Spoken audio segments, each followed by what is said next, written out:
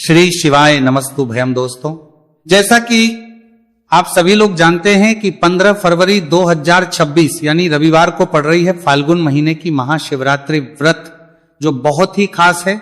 और दोस्तों, ये वो तिथि है जो कि फाल्गुन महीने में रविवार को पड़ रही है। दोस्तों, इसी दिन किया जाने वाला पंडित जी द्वारा बताया गया एक लाल फूल और एक सफेद फूल वाले उपाय आप लोगों को जरूर करना चाहिए, क्योंकि दोस्तों ये एक ऐसा उपाय है जो कि हर दिन नहीं किया जाता। फाल्गुन महीने में जो रविवार की महाशिवरात्रि व्रत आती है उसी दिन किया जाता है। अगर आप लोगों ने इस उपाय को नहीं किया है या किसी कारणवश नहीं कर पाए हो तो इस फाल्गुन रविवार महाशिवरात्रि के दिन इस उपाय से मत चूकना। दोस्तों देखिए, यह दिन इतना खास होता है, इतना महत्वपूर्ण होता है। देखा गया है कभी कभी बड़े बड़े पूजा पाठ अनुष्ठान से जो मनोकामना पूर्ण नहीं होती है, वह फाल्गुन रविवार के दिन एक छोटे से करने से ही आपकी मनोकामना पूर्ण हो जाती है। और बहुत सारे लोगों ने इस उपाय को किया भी है और उनको इस उपाय को करने का फल भी जरूर मिला है। अगर आप लोग भी इस उपाय को इस रविवार के दिन करना चाहते हैं तो आप इस उपाय को पहले अच्छे से समझ लेना, सुन लेना, उसके बाद करना। आपको इस उपाय का फल जरूर मिलेगा, आपकी सभी मनोकामनाएं पूरी हो जाएंगी। दोस्तों, हम आपको यहां पर बता दें कि ये जो एक लाल फूल और एक सफेद फूल वाले उपाय है, ये उपाय पंडित जी ने अपनी अभी की सीहोर की कथा में ही बताया है। उपाय को करने से आपके घर में चाहे किसी भी प्रकार की दुख और समस्या क्यों ना चल रही हो, आपको उसका कारण भी नहीं पता है कि भाई ये समस्या किस कारण से चल रही है, उसका कुछ भी कारण हो सकता है। जैसे पितृदोष हो सकता है, कालसर्प दोष हो सकता है, या किसी भी तरह का मंगल दोष भी हो सकता है, और भी बहुत तरह के दोष होते, कुछ भी हो सकता है। पर आपको इस उपाय को करने के लिए अपने दोष को पता लगाने की भी जरूरत है। आपके घर में किस कारण से इतनी दुख और परेशानी आ रही है वो भी आपको पता लगाने की जरूरत नहीं है। बस रविवार को महाशिवरात्रि के दिन इस उपाय को कर लेना है, क्योंकि इसी एकमात्र उपाय को करने से आपके पूरे घर परिवार में सुख और शांति हो जाएगी। आपके घर में अच्छे अच्छे काम होने लगेंगे। आपकी जो भी मनोकामना होगी वह भी धीरे धीरे करके पूर्ण होना शुरू हो जाएगी। अब हम समझते हैं इस एक लाल फूल और एक सफेद फूल वाले उपाय को आपको करना कैसे है, किसको करना है, किस करना है और कैसे करना है। देखो, उपाय बिल्कुल आसान है, बस समझने वाली बात है। ध्यान से समझिए, उसके बाद ही आप लोग जो है इस उपाय को जरूर कीजिएगा। सबसे पहली चीज हम लोग ये समझते हैं कि इस एक लाल फूल और एक सफेद फूल वाले उपाय को इस आने वाली रविवार महाशिवरात्रि के दिन किसको करना है। तो देखिए, इस उपाय को घर के सभी सदस्यों को करने की बिल्कुल भी जरूरत नहीं है। घर में से कोई एक मुख्य बड़ा सदस्य इस उपाय को करेगा तो उस घर परिवार के सभी सदस्यों को इस उपाय को करने का फल मिल जाएगा। पर वो बड़ा सदस्य कौन होगा, कौन व्यक्ति इस उपाय को करेगा, तो यहां पर देखिए हम आपको बता दें, घर की जो बड़ी माताएं बहनें होंगी, घर की बड़ी माताओं बहनों में से कोई भी एक माता बहन इस वाले उपाय को कर सकती है। अपने पूरे घर परिवार के लिए घर में सभी सदस्यों को इस उपाय को करने की जरूरत नहीं है। मात्र घर की जो माताएं बहनें, उनमें से कोई भी एक माता बहन इस वाले उपाय को करेगी तो उसके घर परिवार के पूरे सदस्यों को इस उपाय का फल मिलेगा।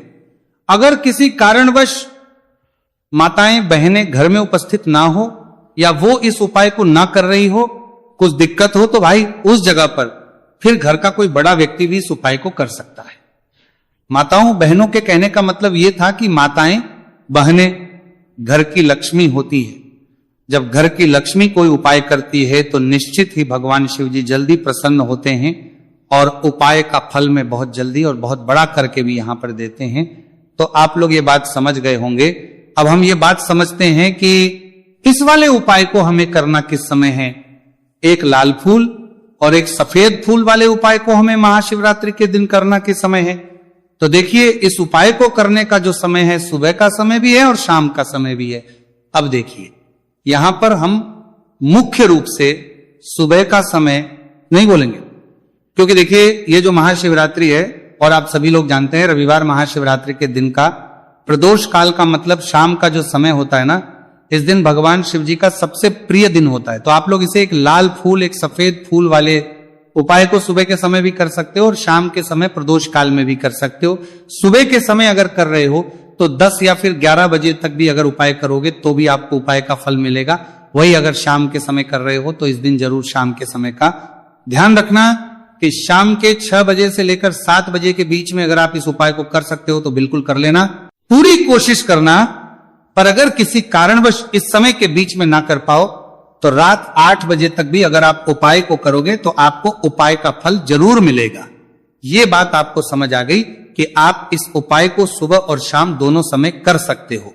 मतलब करना आपको एक ही समय है, घर में से किसी एक ही बड़े व्यक्ति को करना है, एक ही बार इस उपाय को करना है, दोनों समय नहीं करना है।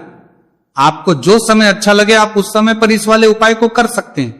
तो चलिए जानते हैं इन विशेष उपायों के बारे में। लेकिन उससे पहले जो भी मेरे भाई मेरी प्यारी बहनें आज चैनल पर पहली बार आए हैं या मेरी आवाज आज पहली बार सुन रहे हैं, अगर आप भी महादेव के सच्चे भक्त हैं तो वीडियो को लाइक और चैनल को सब्सक्राइब जरूर कर लें और कमेंट बॉक्स में लिखें हर हर महादेव। देखो अब सबसे पहली बात आती है कि इस उपाय को हमें करना किस लिए है। जैसा कि हमने अभी आपसे बोला कि इस आपको उपाय को करने के बाद आपके जीवन में बहुत सारी खुशियां आएंगी, आपकी मनोकामनाएं पूर्ण होंगी, आपकी धन की समस्या दूर होगी, आपकी पैसों की समस्या दूर होगी। अब देखिए, अगर आप लोग सोच रहे हो कि भाई हमें अपना घर बनाना है पर घर बनाने के लिए पैसा नहीं है, हमें गाड़ी लेना है पर गाड़ी लेने के लिए पैसा नहीं है, हमें जमीन लेना है पर जमीन के लिए पैसों की कमी पड़ रही है, अगर ऐसी ही दिक्कत परेशानी या किसी भी तरह की धन से जुड़ी हुई समस्या या पैसों से जुड़ी हुई समस्या अगर आपके जीवन में चल रही है तो ये उपाय निश्चित ही आपके जीवन में बहुत सारे फल ला कर दे सकता है। इसीलिए अगर आपके घर में बहुत ज्यादा दिक्कत समस्या परेशानी चल रही है, धन से जुड़ी हुई, पैसों से जुड़ी हुई, धन की बहुत ज्यादा कमी आ रही है, पैसों की आवक नहीं हो रही है, तो भाई आप लोगों को इस वाले उपाय को जरूर करना चाहिए। घर में से किसी एक भी बनने व्यक्ति को अब इस उपाय में करना क्या है वो सबसे पहले हम लोग जान लेते हैं। उपाय की सामग्री हम लोग सबसे पहले जानते हैं कि इस उपाय में किस किस चीज की आवश्यकता पड़ेगी। तो देखिए, उपाय का नाम तो एक लाल फूल और एक सफेद फूल वाला उपाय है, पर इस उपाय में कुल मिलाकर 4 सामग्री हमें लगने वाली, जो कि पंडित जी ने खुद सीहोर वाली कथा में बताया है। और जो हम आपको उपाय बताते हैं वो पंडित जी द्वारा बताए गए होते हैं, अलग से हम कुछ भी नहीं बताते हैं। तो यहां पर हम लोग समझते हैं कि इस उपाय की सामग्री क्या है।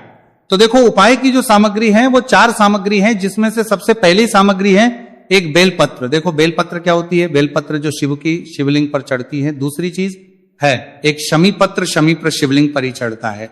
तीसरी चीज है दोस्तों एक लाल फूल, उपाय का नाम है, तो एक यहां पर आपको लाल फूल लेना है। अब ये लाल फूल कौन सा लेना है, देखो शिवलिंग के ऊपर जो लाल फूल चढ़ता हो उनमें से कोई भी एक लाल फूल पसंद कर लेना और वो कहीं से तोड़कर या कहीं से खरीद कर लेकर आना और उस लाल फूल को उपाय में प्रयोग कर लेना। उसके बाद में एक सफेद फूल का विशेष रूप से ध्यान रखना, जो सफेद फूल शिवलिंग पर चढ़ता हो सिर्फ वही सफेद फूल लेकर आना, इसके अलावा कुछ मत लेकर आना, लेकिन केतकी का मत लेना।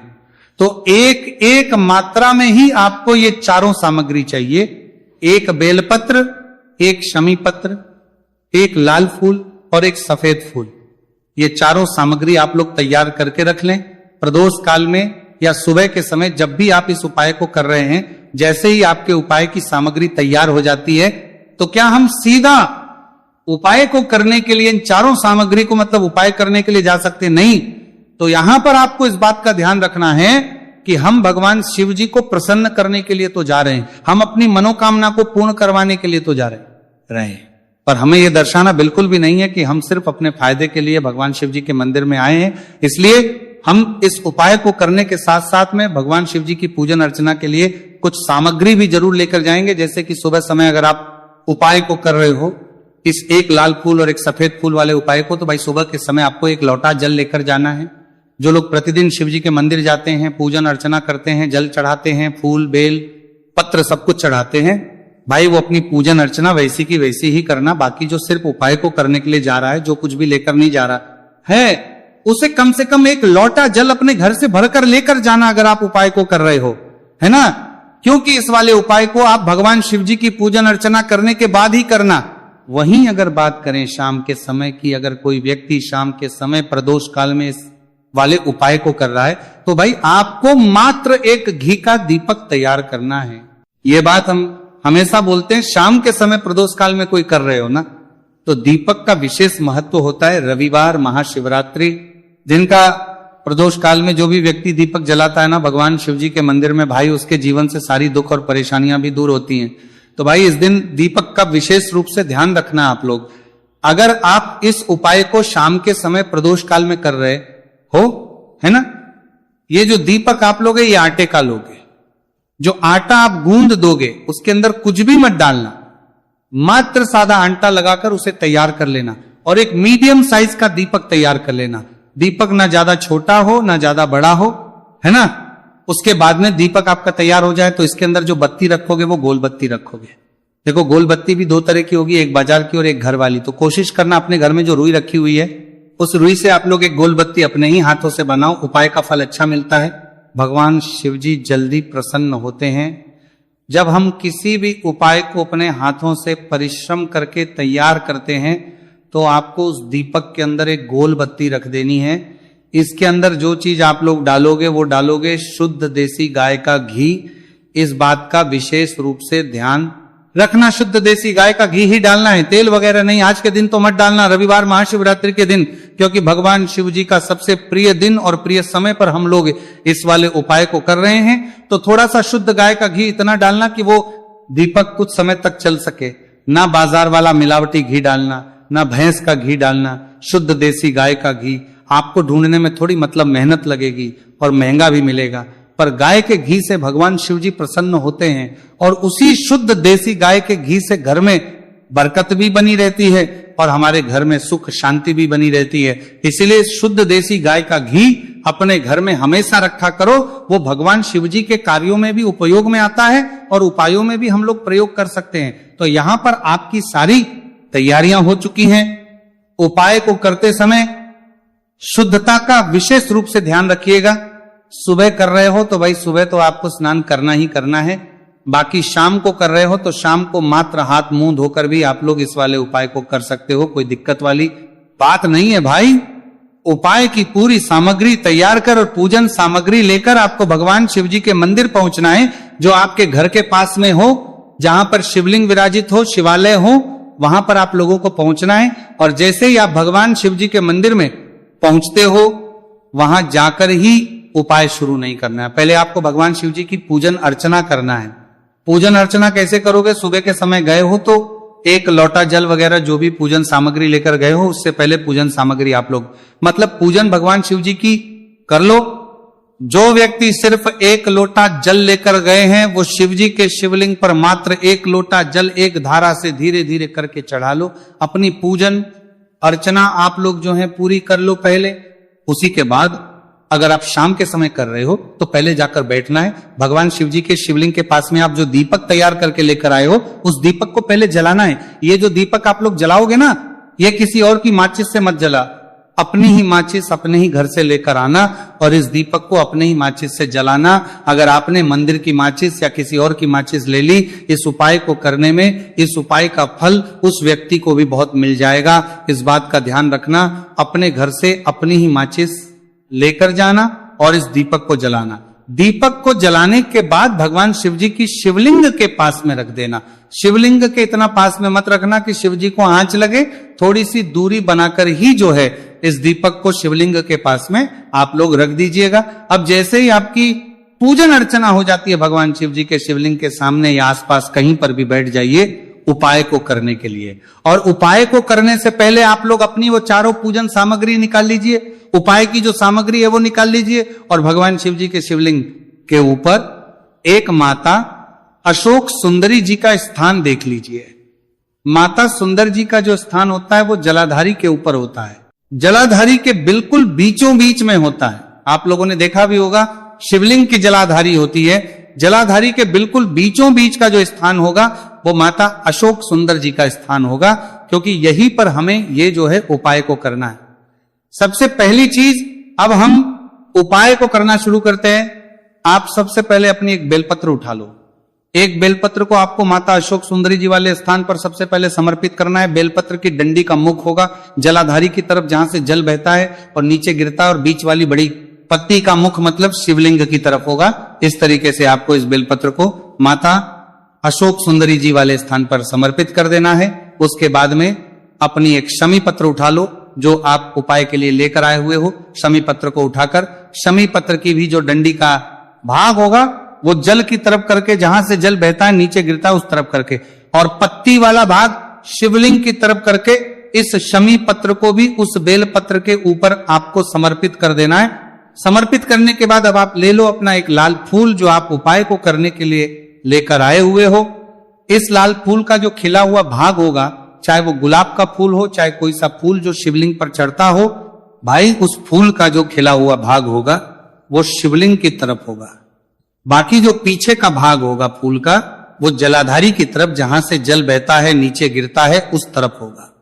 और आखिरी में आपका जो एक सफेद फूल बचा हुआ है, इस सफेद फूल को भी आपको लेना है, और सफेद फूल का जो खिला हुआ भाग होगा वो शिवलिंग की तरफ होगा, जहां पर शिवलिंग रखा हुआ है उस तरफ होगा, और डंडी का भाग जलाधारी के पीछे की तरफ हो जाएगा।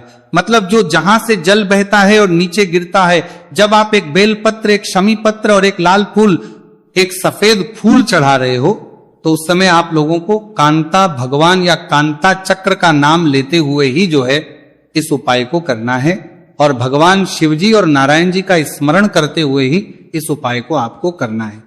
तो जब भी आप एक बेलपत्र, एक शमी पत्र, एक लाल फूल और एक कमी हो रही है, जो भी दुख और समस्या परेशानी चल रही हो, आपको अपनी वो दुख और जो है भगवान शिव जी से उपाय को पूरा करने के बाद वहीं पर पास में बैठकर बोल देना है, हाथ जोड़ के आंखें बंद करके अपनी परेशानी और श्री शिवाय नमस्तुभयम का जाप करना है।